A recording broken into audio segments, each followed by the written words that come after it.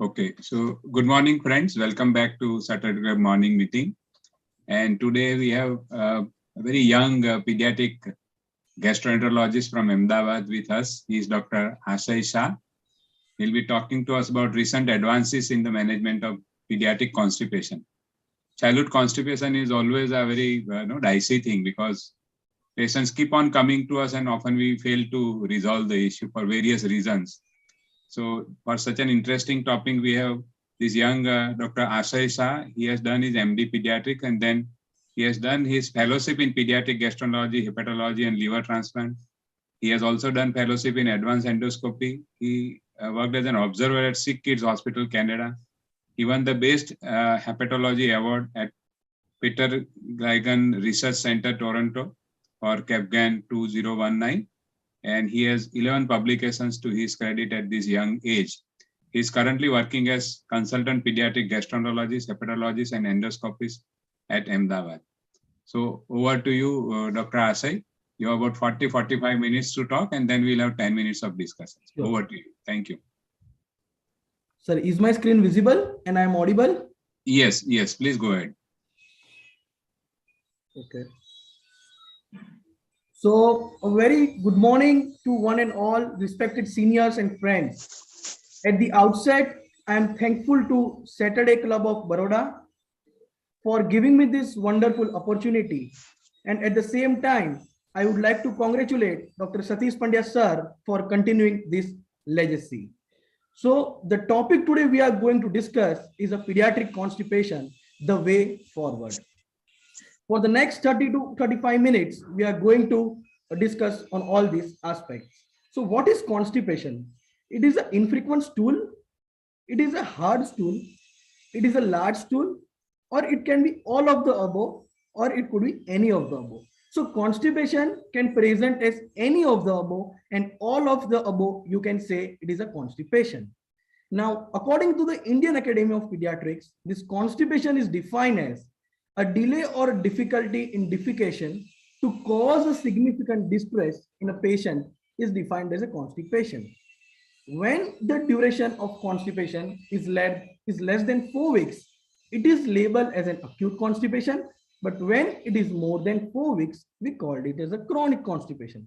Now, this is a definition of a North American Society of Pediatric Gastroenterology, Hepatology, and Nutrition. They say that constipation is considered as a symptom rather than a disease, and they define as a delay or difficulty in defecation which presents for more than 2 weeks and sufficient to cause a significant distress to the patient. So this is a very important BRISTOL stool chart I used to keep in my OPD practice, and I request all of you to keep this because sometimes parents may say that the child is passing a hard stool, or if it is a chronic constipation, because of a chronic constipation, there may be a spurious diarrhea and we end up giving probiotics and zinc because parents say that it is a loose motion. So this kind of a BRISTOL stool chart is very important for recognizing how severe the constipation is. The type 4, like a sausage or a snake, smooth, soft, is a normal stool pattern. Now about the incidence, I am talking that in India, the constipation is frequently seen among toddlers or preschool children. However, 3% visit to a general pediatrician and 10 to 25% visit to pediatric gastroenterologist. This is the largest Indian study which has showed that how common incidents and what is the age group the constipation can present, and it has shown the toddlers age group that 2 to 4 years are the main chunk who present with a constipation. Now, what could be the causes of a constipation? There are two ways. One is a functional constipation and other is an organic constipation. 95% are a functional constipation. So before talking to a functional constipation, I would like to highlight on this slide more while explaining what is a normal defecation. Normal defecation is a simultaneously coordinated effort. So basically what happens when the abdomen muscle contracts, diaphragm also contracts, and there is increase in pelvic pressure cavity, along with increase in peristalsis of a small bowel and colon. At the same time, you can see in the image, there is a muscle called a puborectalis muscle, and there is a sling which forms a sling around the rectum get relaxes. And the muscle is a puborectalis, and the angle which is formed is an anorectal angle, which become more obtuse and straight when there is an expulsion of stool. So left-sided image is a normal, where you can see the stool is there, rectum, all the sphincter muscle and anus are coordinated in a correct manner. While in a child or in a case of a chronic constipation, the image shows that because of a stool accumulating for a long time, the stool gets more absorbed and absorbed, large stool gets impacted, and there will be a increase in the size of a rectum, which is called a dilated rectum or a megacolon. So what about the pathophysiology of a constipation? We have been listening and learning in the books about the toilet training, but toilet training is very difficult in less than 2 years of age. Ideal age of toilet training should be only after the 2 years of age. So if this toilet training is not happening or not been trained regularly, then definitely there will be a delayed defecation. That will lead to a painful defecation, and the parents will complain that the child is straining a lot. But if you see it, the child is not actually straining a lot. Because of a painful defecation, child is withholding the stool, and that will lead to retentive posturing. This will lead to a toilet phobia, and definitely because of all this vicious cycle, there will be disturbance in colonic motility, and which will lead to chronic constipation. So what is chronic constipation? That the stool is impacted in a rectum for a long time. And as we all know, that the colon is an organ of water absorption, electrolyte absorption. As the stool passes from ascending colon to the descending colon to the rectum, water absorption takes place much more and more, and we pass the stool that is soft. So the liquid stool which is left in the ileum becomes solid stool as it reaches the rectum, and we expel that out. So what happens when the stool remains in the rectum for the long time? Absorption of water takes place more and more. So there will be a further stool loading, which we call the dilated rectum or a megacolon. There will be activation of an abnormal motor activity, and the dilated rectum will not perceive the way the normal rectum will perceive for the passage of the stool. So because of all these things, there also will be activation of a neural reflux. And you can observe that the child with constipation will have a very poor appetite or a less of appetite. After giving a small amount of food, they will say, I am full, and which we call a satiety. There also will be anorexia, abdominal pain, and abdominal distension, depending upon how long is a constipation. So this is the vicious cycle which I already discussed. It starts from a painful defecation, voluntary withholding. Because of the stool gets accumulated, the hard stools are there, which will cause more pain and pain. So for this, there are multiple factors. Look at this dirty toilet. How the child would like to go for a washroom, so the child will resist. There could be some other problems like early school. 7 a.m. is the timing of the school. 6:30 the buses come, and where is the time of a toilet training? Nowadays, a westernized diet, more of a trans fat, low fiber diet, more of a junk food, lack of physical activity because of this COVID, unprecedented pandemic, and other exam stress, competitive exam, or could be these precipitating factors for a functional constipation. Now, the main is an organic cause of constipation. What could be the organic causes of a constipation? It is divided into two parts, a surgical and a medical. Usually in surgical, there will be a local anal pathology like a Hirschsprung disease, anterior anus or a displaced anus, spina bifida, and a meningomyelocele. While in a medical point of view, if the child is on any drugs, like if the child is been giving a long-term cough syrup, anti-epileptic drug, then constipation is also the problem. Mental retardation, hypotonia, a tethered cord, hypothyroidism, and electrolyte imbalance like hypokalemia and hypercalcemia, constipation could also be seen. Now, what could be the red flag sign we need to see in a case of organic constipation? First of all is a history and a growth chart. If there is a failure to thrive, if there has been a history of a delayed passage of meconium at birth, so at that time, your mind should start raising the bell that this is not a functional constipation. It is somewhat you are dealing with a Hirschsprung disease. Second, if there is an abnormal bowel habit since birth, if there is a sensitivity to cold, fatigue, dry skin, and pallor, it could give you to the clue of a hypothyroidism. If there is a change of a bowels with the introduction of a cow milk, then it could be a cow milk protein allergy or a bovine milk allergy, or it could be a weight loss with constipation and other extraintestinal manifestation. You could be just dealing with any rare disorder like inflammatory bowel disease. So this is the Rome 4 criteria for a functional constipation, and it says that it must include 2 or more of the following occurring at least once a week for a minimum period of 1 month. That is 2 or fewer defecation in the toilet per week in a child of a developmental age of at least 4 years, at least 1 episode of fecal incontinence per week, history of retentive posturing or excessive volitional stool retention, history of a painful or a hard bowel movement, presence of large fecal mass in the rectum, and history of a large diameter which is capable which can obstruct the toilet.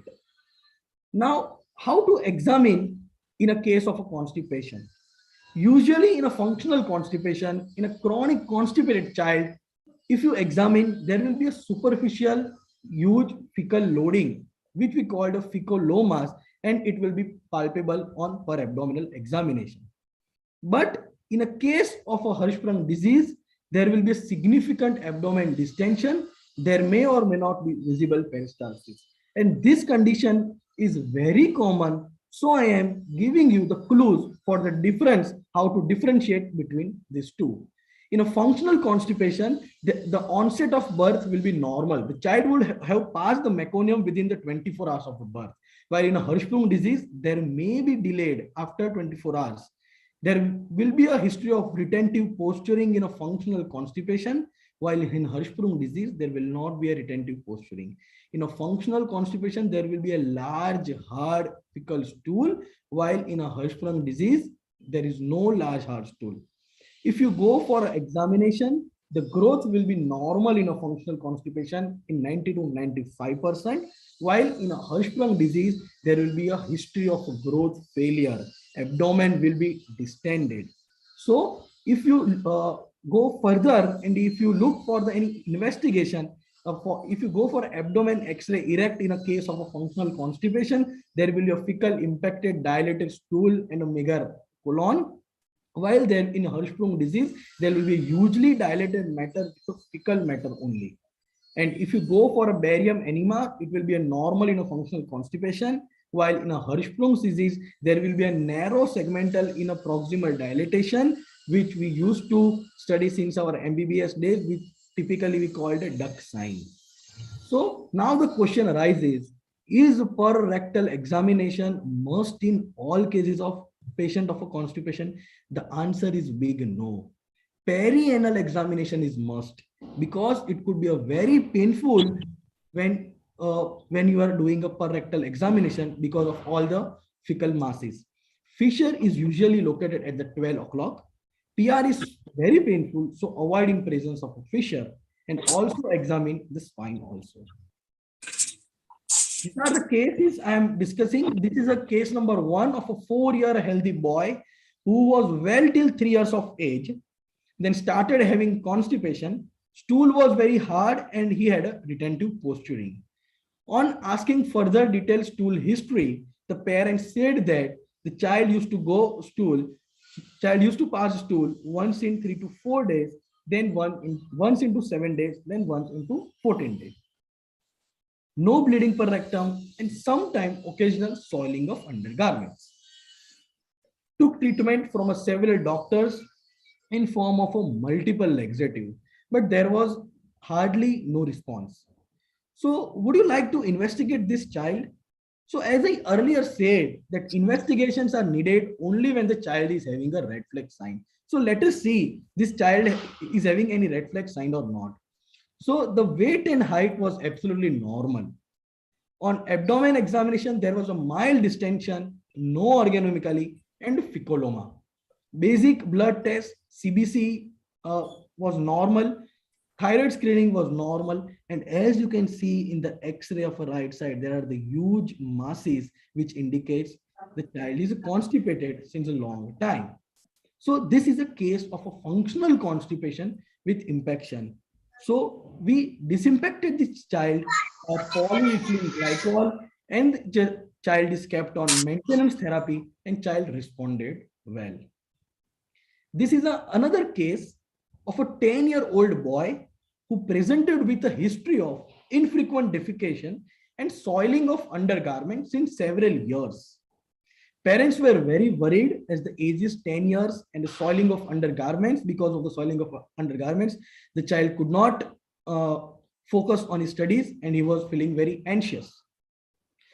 This child was already disimpacted at our place, but again after 6 months, the child had a soiling of undergarments. No red flag signs, weight and height were normal. So what is this? This is a case of a refractory constipation. And what is refractory constipation? If you are giving a laxatives for at least 3 months, you have ruled out all the organic causes, then you label as a refractory constipation. And for the refractory constipation, the most common cause we see in our referral practice is premature withdrawal of laxatives, lack of compliance or education to the parents, lack of toilet training, or sometimes maybe hardly 2 to 5%, there may be some kind of a wrong diagnosis or a wrong picture. And it could be just a ultra short Hirschsprung disease. And it is not always necessary that Hirschsprung disease always present in less than 6 months. Ultra short Hirschsprung disease can also present at 7 to 8 years also, or any motility kind of a picture like a slow transit constipation, dyskinesia, or a motility disorder.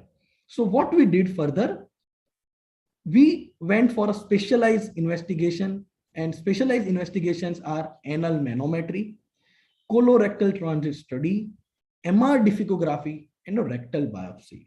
Now, what is this anal manometry? It is a simple high resonance manometry. It is a tool which guides you about the dynamic motor and sensory functions of the anal sphincter. It will guide you for how the muscles are working, how the sensation is there, how the anal tone is there. And there is one RAIR we call the recto-anal inhibitory reflux. If you find recto-anal inhibitory reflux, then you have already ruled out Hirschsprung disease. So we went for anal rectal manometry, and as you can see in this video, all the parameters are paradoxically reversed, and this entity is called a dyssynergic defecation. Now, what is dyssynergic defecation? Usually when we pass the motion, the pressure in the rectum increases and anal pressure should decrease. While here there will be a paradoxical effect, the anal pressure will also increase, and we call it a dyssynergic defecation. So we went for colon transit study. This colon transit study are done by radio opaque markers. We usually give a radio opaque markers 20 to 25 with the water at a different interval of a time, and we go for an X-ray to differentiate whether we are dealing with a normal transit constipation, dyssynergic defecation, or a slow transit constipation. What happens in Indian children compared to the West, it has been shown that Indian children have a shorter colonic time. So the meal reaches the ileocecal valve in 4 hours and then to the sigmoid colon and then 12 hours later and slowly to the anus. So according to the Indian protocol, we do this a colon transit study, and these are the few pictures I want to show that in a functional constipation, in a normal transit constipation, even after all the radio-opaque markers taken after 36 hours, all the radio-opaque markers will be expelled in the stool, which we label as a normal transit constipation. In a slow transit constipation, you can see that all over the colon, the pellets are distributed all over. And all the pellets, if are distributed over a pelvic area, we call a pelvic floor disorder. And we are already discussing about that case, and that is a dyssynergic defecation. As you can see in the images, these all x-rays are of the child. These are not the Google images. These all are real cases. And I would like to show on the 36 hours also, the pellets is here. On the next 12 hours, the pellets is here, and we labeled as a dyssynergic defecation.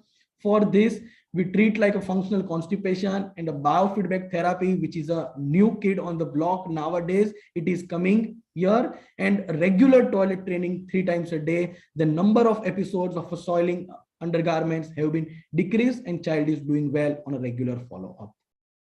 So now the main part is a treatment. The plan of treatment is a disimpaction or a maintenance therapy. Polyethylene glycol, so far, till all randomized control study, it is the far superior drug. Very less side effect, good palatability, and good compliance. If you want to do a disimpaction, there are 2 ways: a hospital-based, which is 100% successful rate, while a home-based therapy, it has shown somewhat 85 to 90% of a success rate. What we do in disimpaction, we just clear the colon while giving a PEG solution as a lavage, and the dose is 25 ml per kg per hour orally or through a nasogastric tube. And we, at the same time, we also look for the hydration, what for abdomen bloating, fluid overload, or electrolyte imbalance. For home-based therapy, the dose of a disimpaction is 1 to 1.5 gram per kg for 3 to 6 days till you get the rectal effluent or is clear, and there will be a mild side effects like a nausea or vomiting. And this new kid on the block is a polyethylene glycol 4000 oral liquid, which is definitely a game changer. Colorless, no mixing, tasteless, easily a child can take. Now, what is the mechanism of action of PEG, polyethylene glycol? Multiple are available in the market. Polyethylene glycol 3350, polyethylene glycol 3350 with and without electrolytes, and polyethylene glycol 4000. It is just a molecule which prevents the excess absorption of water from the colon. As we all know, because colon is an organ of water absorption and absorption, it maintains the required amount of hydration in the colon. So the retained water is taken up by the fecal matter. The feces, which are the hard, disimpacted, it will become soft and bulky, and with the help of this bowel wall, it triggers the defecation reflux, and the child will expel the stool out. So once you have disimpacted the child, once you have completely cleared the gut, now you need to keep the child on a maintenance therapy. And this maintenance therapy, we have to tell the patients by drawing a diagram that it is going to be a long time, because the tone which is dilated, it will take a long time, minimum 6 months to 1 year. And for maintenance therapy, polyethylene glycol is only used. The doses is 0.3 to 0.7 gram per kg per day.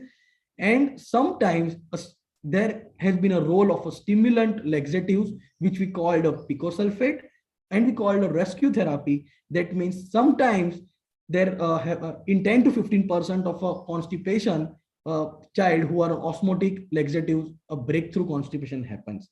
At that time, we gave a 3 to 5 days course of a stimulant laxative plus osmotic laxatives. But remember, friends, stimulant laxatives and osmotic laxatives are not to be given combined for a long time. No efficacy has been shown. This is the most important slide I would like to highlight about the role of diet and fluids in a case of a chronic constipation. At this time, I would like to say we must be a good counselor rather than a good consultant in treating a child with a chronic constipation. Because we need to encourage parents by saying, give them a high fiber diet. A fiber requirement usually is 0.5 gram per kg, but the simple formula is H plus 5 per day. Give an appropriate diet sheet in keeping the mind, the availability of the food and disliking of the child. Involve a dietitian if possible, and diet alone or medicine alone is not a key for a successful in a case of a chronic constipation. About the fiber contained in a diet, one fruit of 100 gram will contain 2 to 3 gram of fiber. Similarly, 100 gram carrot will have 4 to 6 gram fiber, and other vegetables like also will have the same. Other therapies which I discuss is about the toilet training. You need to explain the parents by drawing this diagram that this huge stone which is larger, it will take a long time to come back to the normal rectal diameter. So toilet training, behavioral therapy, education and counseling is similarly very important at the same time. And about the toilet training, I would like to emphasize there should be a rule of one person, one toilet, and one word should only be encouraged. And toilet training should be done after a major meal. That is, if the child is having a meal at 12 p.m., then after the 40 minutes, because of the initiation of a gastrocolic reflux, one parent, that mother or father, should take the child to the washroom and tell for this toilet training. Now, once you have treated this child, how will you keep follow up with this child? Initially, weekly review for 2 to 3 weeks till the monthly, the stooling and everything is normal. Always tell the parents to maintain the stool chart, because for doctors, because the parents will say, बहुत अच्छा करता है, वो करता है, but to taper down, we need to see the previous records. So stool diary is must. Stress on drug, diet, fluid, exercise, and toilet training. It is a gamut of all these things for achievement of a good constipation therapy. Start reducing the dose gradually only after the stool is normal, and no sudden stoppage of a treatment. So to conclude, I would like to say that a functional constipation is a most common cause. It only needs a good history and physical examination. Anal inspection is a must, not per rectal examination. Do not perform a rectal examination in acute stage with a fissure. Investigations are needed only in a red flag sign. Look for the red flag sign for a failure to thrive, delayed passage of meconium, abnormal bowel habits, sensitivity to cold, fatigue, dry skin, mouth ulcer, or any other anatomical cause. Reassure parents on the safety of laxatives. PEG 4000 has the advantage of over being available as a liquid formulation, better acceptance, compliance as less volume to be mixed with any beverages like a water, milk, fruit juice, etc. Long therapy requires no dose adjustment. Initiate the early treatment. Continue for months, years as needed.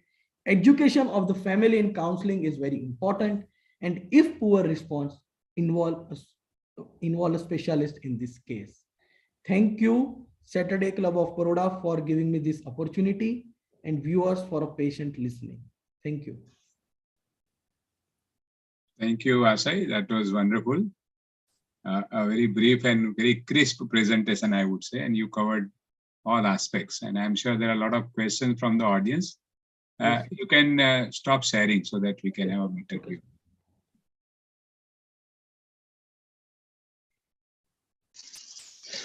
Yes. So first question is from me, and that is about the newer modalities that you have used, Yes. like anometry as well as this, that the transit time study. Yes. So please tell us more about it, whether these studies are now available in Ahmedabad or in Gujarat. Yes, sir. This colon transit study and anal manometry are definitely available.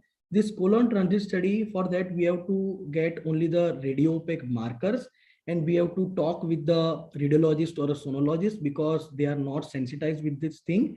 And this colon transit study gives a very crisp information about refractory constipation. And it has been shown that in Indian children of a functional constipation, if you go for a colon transit study, usually it will come on normal as compared to the Western kids, because it has shown from many articles that Indian children have a shorter transit time rather than comparing to the West. And this anal manometry is very good because it also gives you clue about Hirschsprung disease. And usually the gold standard for Hirschsprung disease is 100% full thickness biopsy. But when you are operating the child for Hirschsprung disease, why to go for unnecessary both operation? First, we have to confirm while doing a rare, and that is a recto-anal inhibitory reflux. If the rare is absent, then you could think and you go forward with the help of a pediatric surgeon for a Hirschsprung disease for a full thickness biopsy.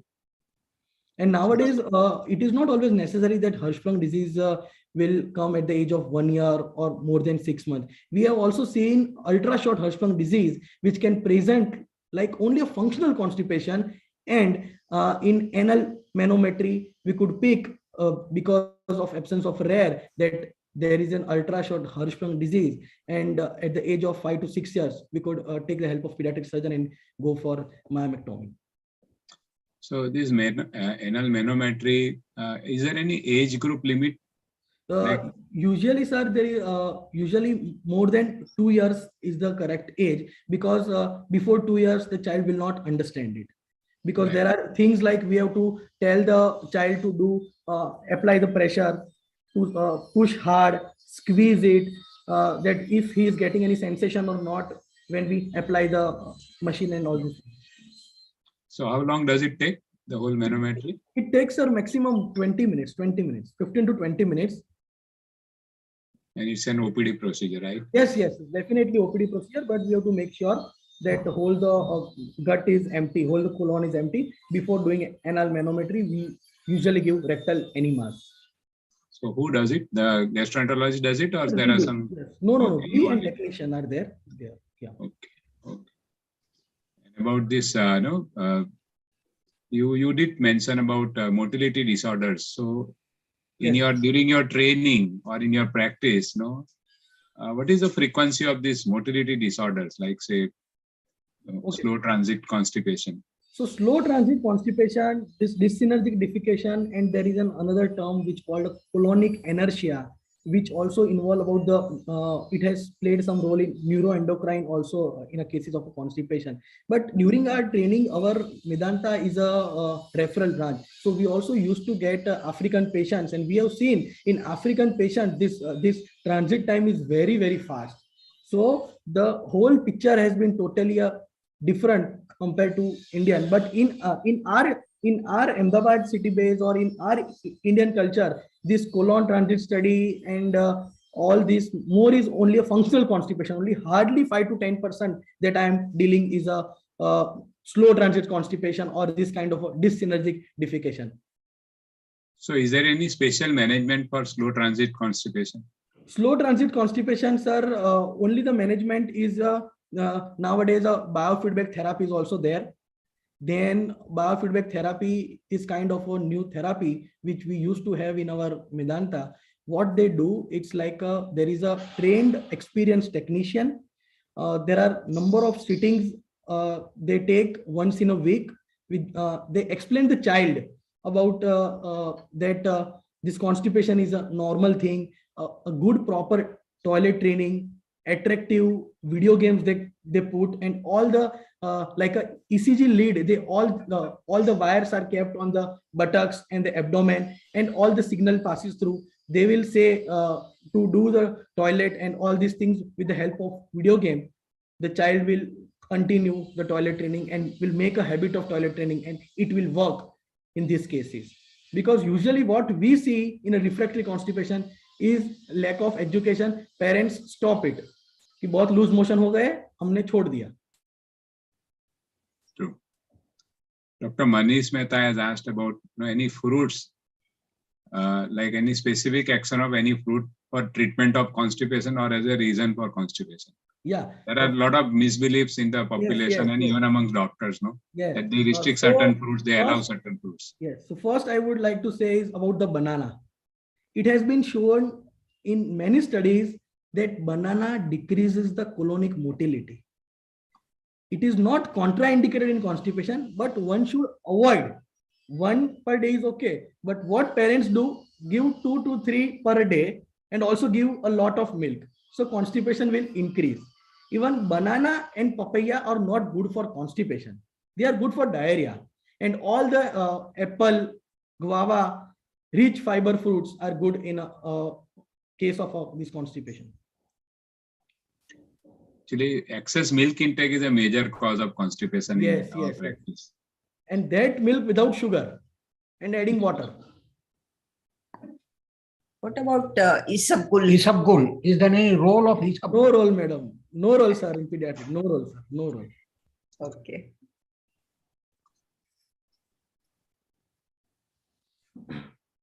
Any other questions from the audience? I see a lot of pediatricians today.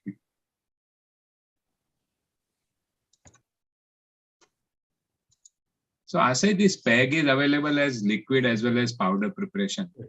When it comes to liquid, the volume is very high. So is it not okay to preferably use powder rather than liquid? Sir, in liquid nowadays, this polyethylene glycol 4000, they says that 25 ml will contain a 15 gram of polyethylene glycol. And this polyethylene glycol 4000, the main advantage is it is ready to use. Well, if you compare with other companies, I'm not giving the brand names, but if you compare with polyethylene glycol 3350, what they say, take a 6.5 to 7.5 ml, mix with the water of a 12.5 ml and give total 25 ml to make it isotonic. But this polyethylene glycol can be used liquid and orally, and it can be mixed in any form except milk. And it is tasteless, colorless, and all the kids are taking very nicely.